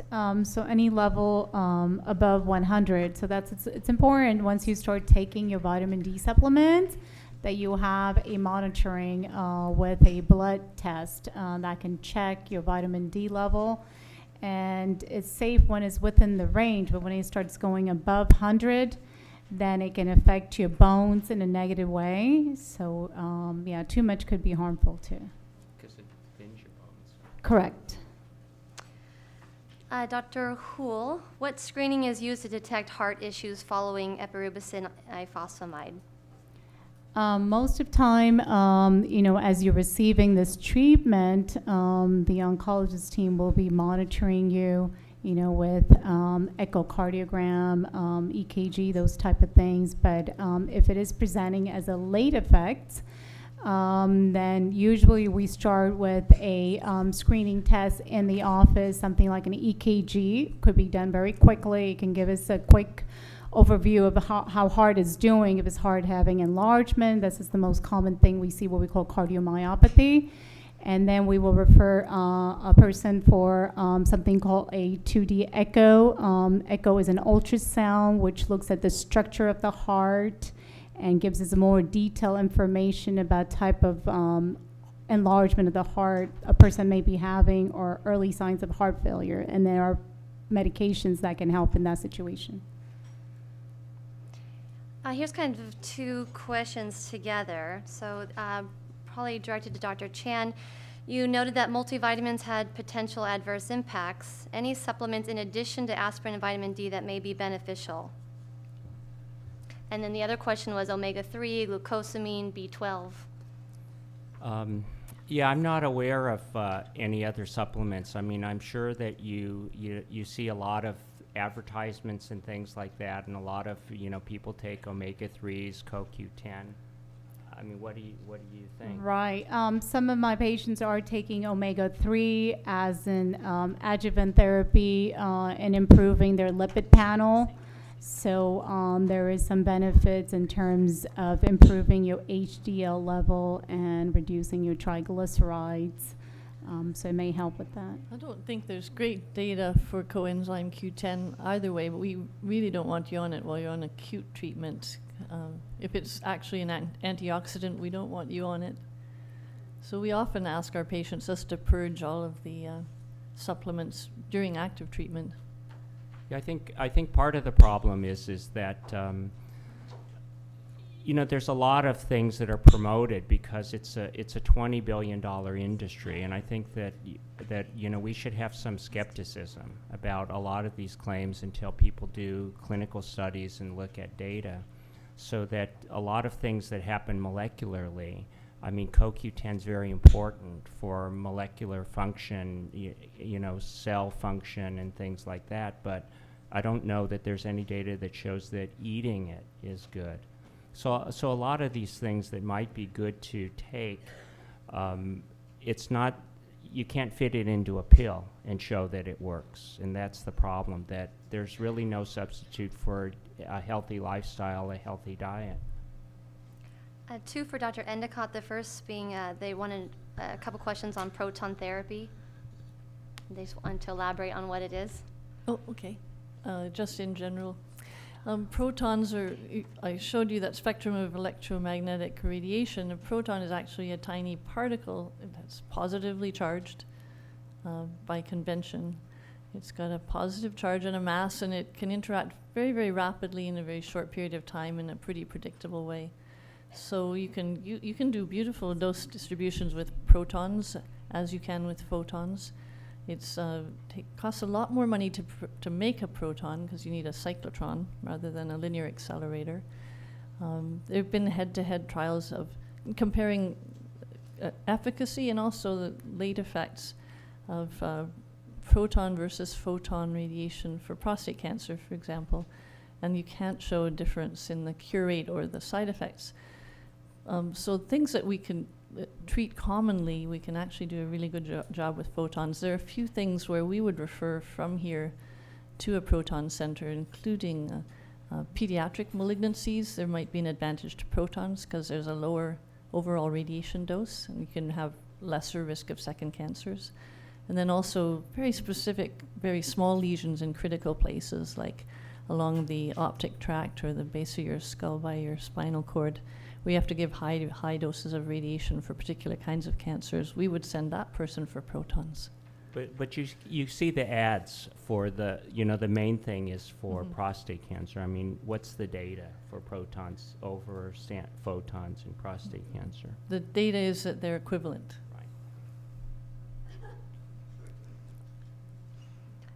Right. Dr. Endicott, how long is the after effect of radiation? Months, years, permanent? Well, the radiation itself lasts nanoseconds. As soon as the machine is off, it's generated by an electrical current. As soon as it's off, you're not radioactive. And the side effects, it's hard to say exactly. I mean, there are some cells in your body which would, if you looked at them under the microscope, you'd always see some genetic change in those cells. But does that really make a difference in any function in your body? And so most people after radiation live healthy lives that are no different in length or quality than they would have had without radiation. Dr. Hool, how can you tell if the memory problems are due to cancer or just age-related? Very good question. You really can't tell. But it is important to have that piece of information. So when somebody's having a memory problem, and there's a lot of things to think about. Most common thing from just simple memory may be just person may be suffering from anxiety or depression, which is actually more common. So we need to really look at what is triggering that specific situation. If they have had specific treatment with cancer and they have had radiation, we will consider that factor into it as well. But there is not a specific test per se to differentiate between a memory from late effects from cancer versus just memory related to age. Dr. Chan, how often do you see joint pain or lower back pain years after breast cancer treatment? Yeah, we see it a lot, and we see it no matter if it's if the patient is young or old, because a lot of what happens is an effect of the chemotherapy in many patients changing menopausal status. So when estrogen levels start dropping, women get more joint pain. And some of the medications that we give, like the aromatase inhibitors, Arimidex, Femara, Aromacin, have that as a side effect. But the good news is that that there are things that can be done to make that better. So vitamin D supplements improve that, and there's very clear data that exercise, including resistance training to rebuild muscles, will also reduce the joint problems after treatment.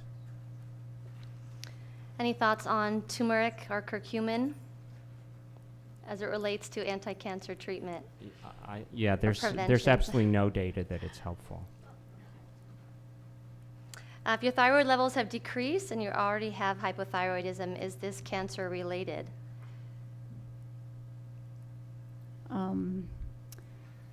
Good question.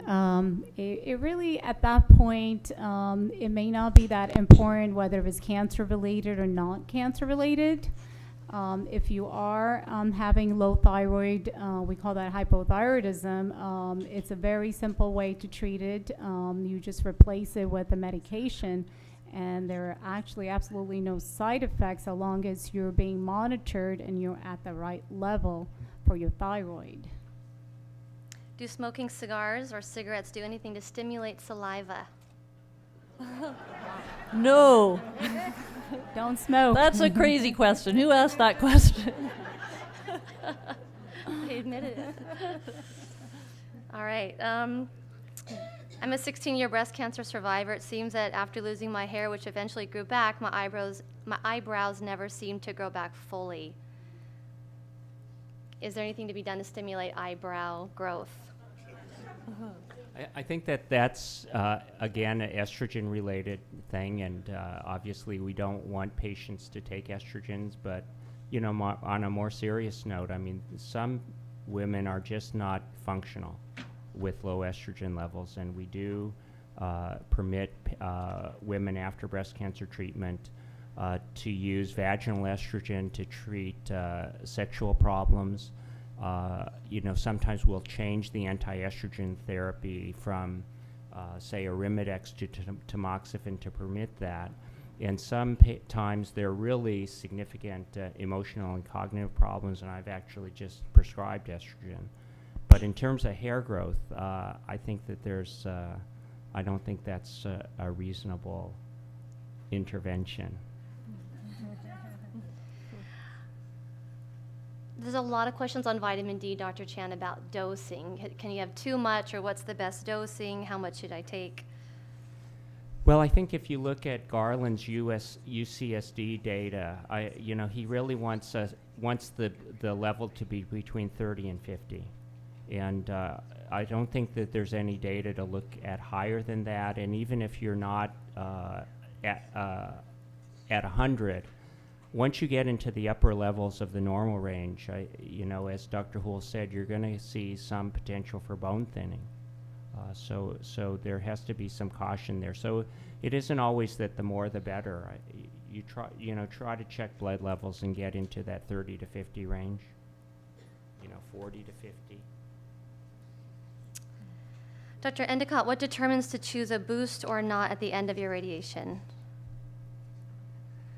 Oh, there's so many different things that go into that. I think mostly we use a boost for breast cancer patients when there are particular high-risk features. So there's a sort of baseline dose we give to a broad area where everywhere where there's breast tissue or there used to be breast tissue.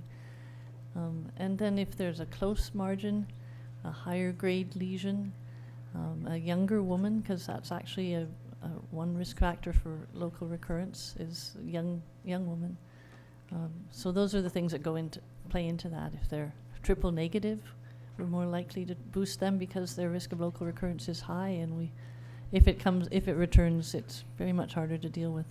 So those are the basic things that go into breast boosting. But I can't go over boosting for all the different kinds of cancers that we treat. But if there's somebody who has a particular question at the end about their boost, come and talk to me. I have a question about like the length of radiation for breast cancer. I mean, it used to always be 5.5 weeks plus or minus a day. Now you're seeing this big range. I mean, how do you decide how many treatments and over what period of time?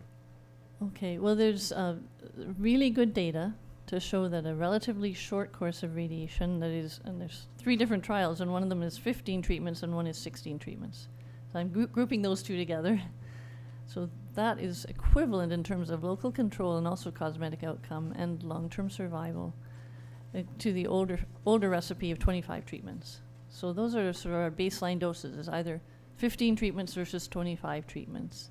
And then the boost, the considerations that go into the boost we've already talked about.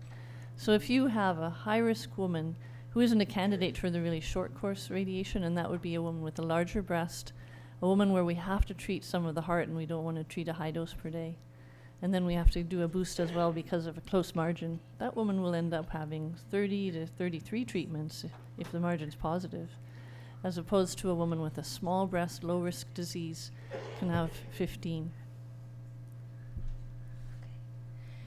How true is it that soy mimics estrogen and is not good for postmenopausal women?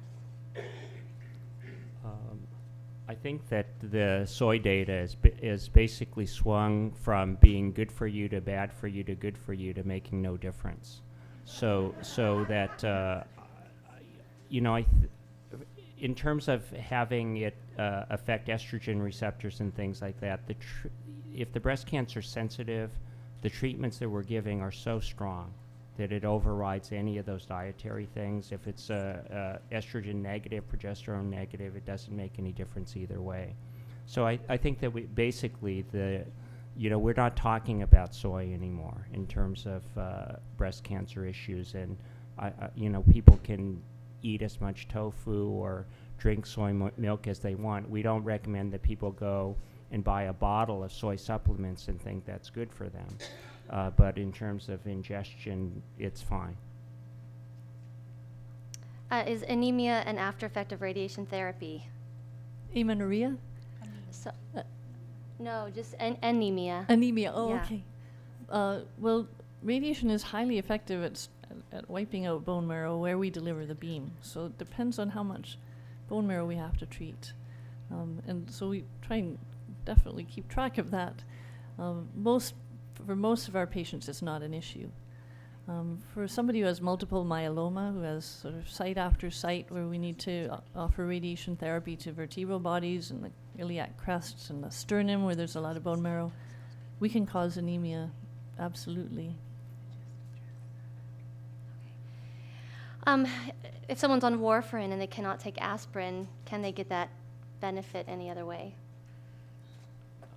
Probably not, and it's not worth it because there's a risk to having your blood overthinned, a risk of bleeding.